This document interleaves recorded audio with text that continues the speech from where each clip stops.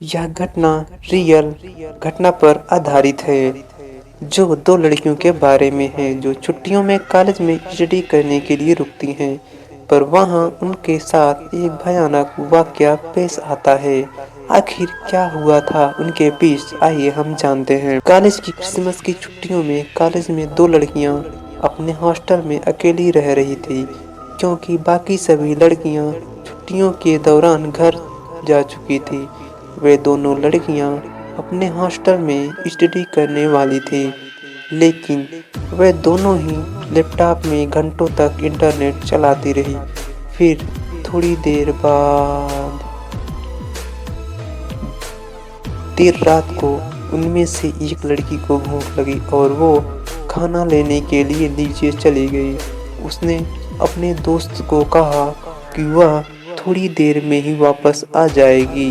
वह चाबी लेकर नीचे चली गई ताकि किचन का दरवाजा खोल सके। दूसरी लड़की अपने कमरे में बैठकर लैपटॉप चला रही थी और दूसरी लड़की के आने का इंतजार कर रही थी।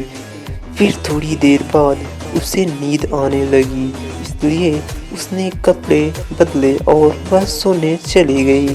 फिर जैसे ही वह सोने वाली थी, उसे गड़गड़ाने के साथ कराने की आवाज सुनाई दी और बिस्तर पर जम गई।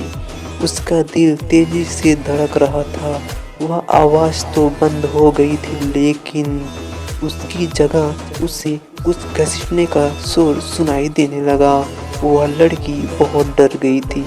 वह दरवाजा बंद नहीं कर सकती थी, क्योंकि उसकी रूममेट चाबियां लेकर चली गई थी। जैसे जैसे वह आवाज उसके करीब आती गई, वह डर के मारे कांपती रही। वह डर के मारे सुनती रही, जैसे जैसे घसीटने की आवाज उसके करीब आती गई। लेकिन फिर वह आवाज अचानक से दरवाजे के ठीक बाहर बंद हो गई। फिर किसी चीज के दरवाजे पर खरोंचने की आवाज आने लगी। वह लड़की बहुत डर चुकी थी। वह अपनी पलंग से उठी और कमरे की अलमारी में जा छुपी। वह लड़की इतना डर चुकी थी कि वह डर के मारे हिल तक नहीं पा रही थी। दरवाजे के बाहर उसे खरोंचने की आवाज लगातार सुनाई देती रही, पर किसी तरह से उसे अलमारी में नींद आ गई। जब सुबह हुई तो वह धीरे धीरे अलमारी से बाहर निकली। अब खरोंचने की आवाज बंद हो चुकी थी, लेकिन वह अभी भी दरवाजा खोलने से डर रही थी। उसने अपनी खिड़की से बाहर देखा तो नीचे एक डाकिया गुजर रहा था, तो उसने उसे मदद के लिए आवाज लगाई।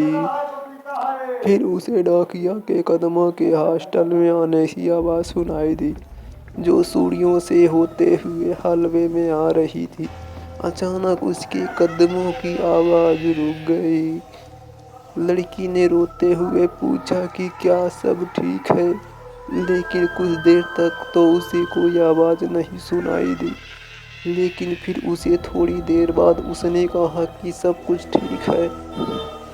फिर डाकिये ने कहा कि तुम अपने कमरे में रहना, मैं पुलिस को बुला रहा हूँ। लड़की ने पूछा कि क्या बात है।